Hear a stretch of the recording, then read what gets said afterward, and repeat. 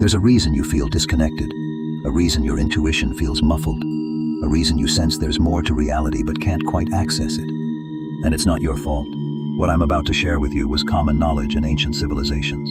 The Egyptians built entire temples around it. The Hindus created sacred practices to activate it. The Greeks called it the gateway to divine knowledge. But somewhere along the way, this knowledge was buried, hidden, lost to time. Or was it? Because right now, in the center of your brain, sits a small pine cone-shaped gland. The ancients called it the seat of the soul. Modern science calls it the pineal gland. And it holds a secret so powerful that entire civilizations structured their spiritual practices around activating it. But here's what they don't tell you. In the modern world, this gland has been systematically shut down, calcified, rendered dormant. And the moment it went offline, so did your connection to higher consciousness, your ability to see beyond the veil, your access to the fifth dimension. Today I'm going to reveal why ancient cultures guarded this knowledge so carefully, why certain symbols keep appearing throughout history pointing to this one tiny gland, and most importantly, how you can reactivate it. Because once you understand what they knew, everything changes. Let's uncover the secret. The ancient obsession nobody talks about. Walk into any ancient Egyptian temple and you'll see it. The Eye of Horus, everywhere, carved into walls, painted on tombs, worn as sacred amulets. For years, historians called it a symbol of protection. But when neuroscientists overlaid the Eye of Horus onto a cross-section of the human brain, something shocking appeared.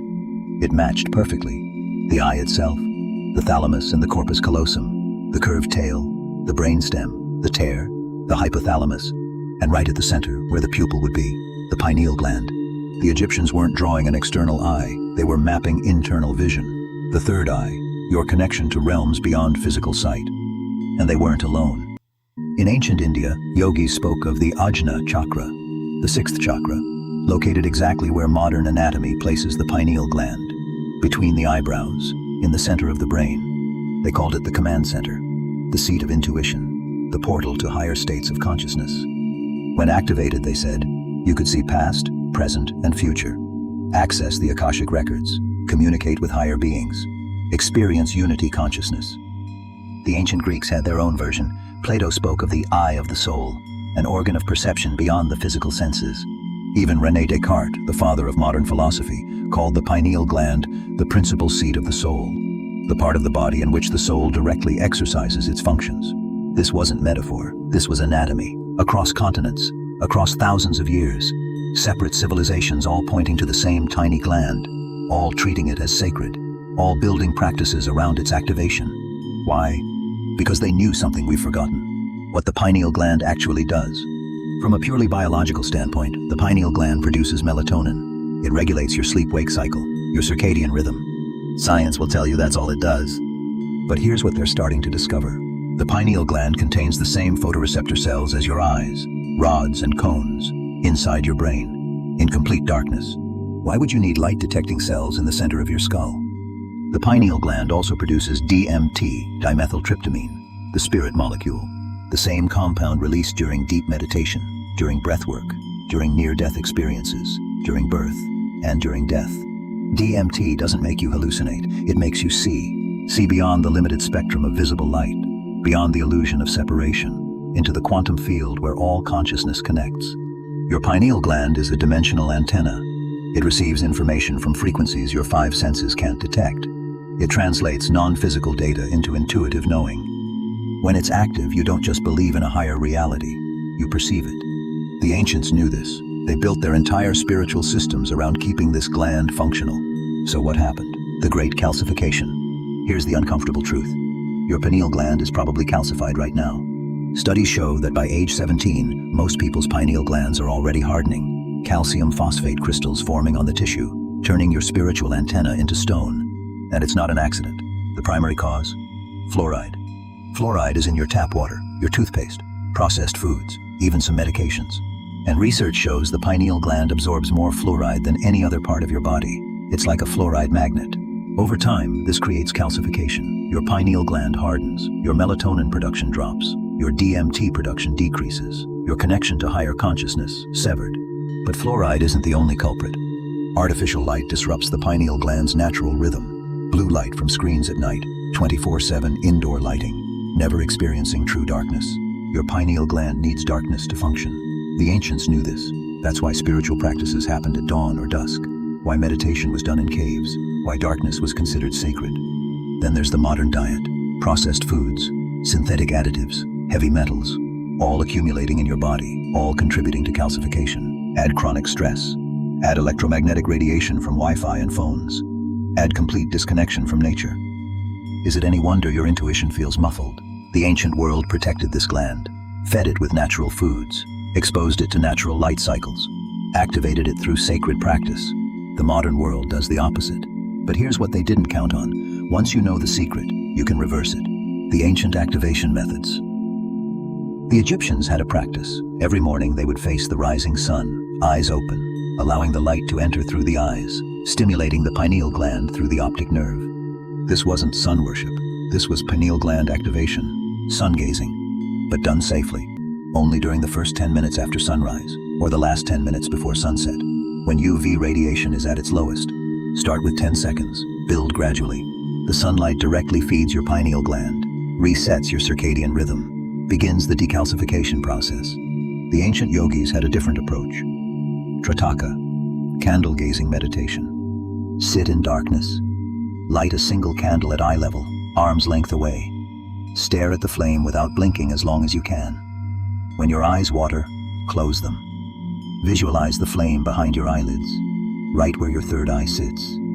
This practice trains your internal vision, strengthens your ability to perceive with your third eye, activates dormant photoreceptor cells in your pineal gland. Then there's the sound. Ancient temples weren't just buildings. They were designed as resonance chambers. Specific frequencies would amplify inside, creating vibrations that would physically stimulate the pineal gland. Gregorian chants weren't random. They used solfeggio frequencies, specifically 852 Hertz, the frequency of the third eye. When you expose your brain to 852 Hertz, something remarkable happens. The frequency creates resonance within the pineal gland itself, vibrating the calcified deposits, beginning to break them apart at a cellular level. I created an entire video on this. 852 Hertz pineal gland activation, link in the description. Use it daily. But the ancients knew something even more powerful. They knew that physical practices alone weren't enough. You needed to combine them with inner work. Which brings us to the meditation technique they all shared. The universal third eye meditation. Every ancient tradition had a version of this, slight variations, but the core was identical. Find a quiet space. Sit with your spine straight. Close your eyes. Bring your awareness to the space between your eyebrows. This is key. Where you place your attention, energy flows. The Egyptians visualized a glowing eye opening in this space. The Hindus visualized an indigo lotus flower blooming. The Taoists visualized a pearl of light. The image doesn't matter. The focus does. As you hold your attention on your third eye, breathe deeply. With each inhale, imagine brilliant white light entering through your crown, flowing down, gathering at your pineal gland.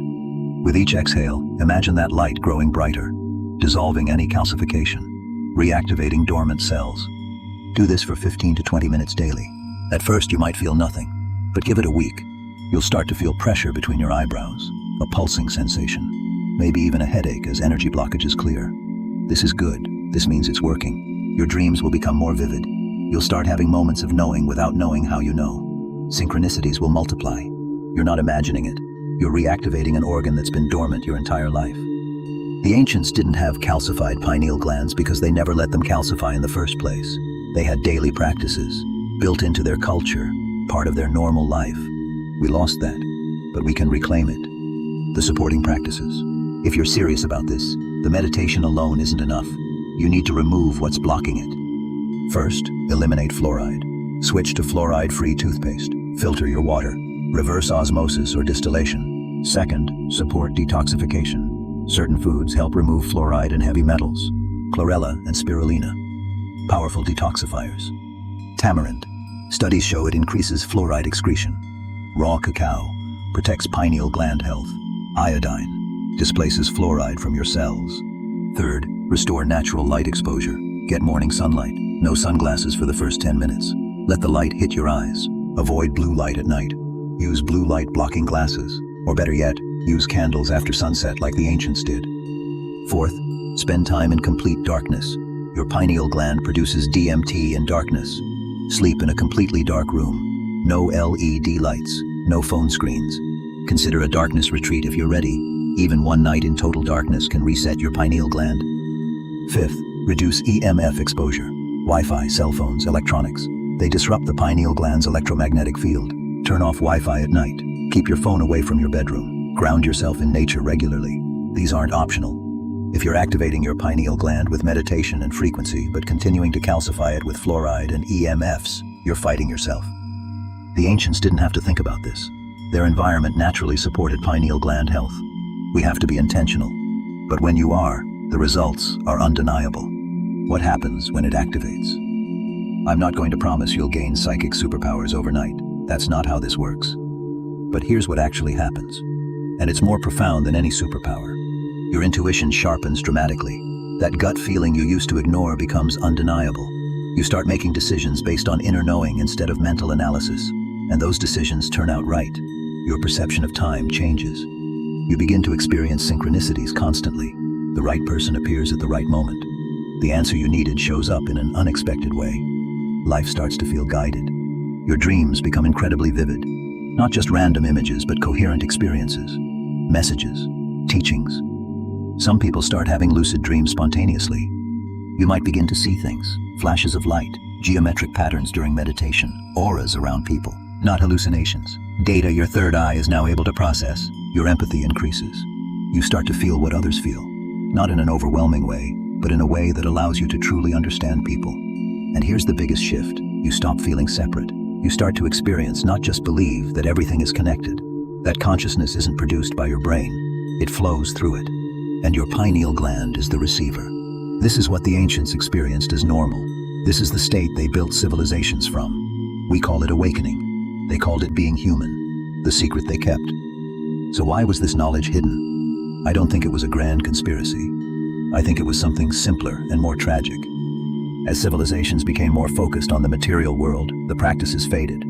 As survival became more about external power than internal wisdom, the third eye became irrelevant. Why develop intuition when you can develop technology? Why seek inner vision when you can dominate through force? The knowledge wasn't suppressed, it was forgotten, deprioritized, until only the mystery schools kept it alive, and even then, in fragments.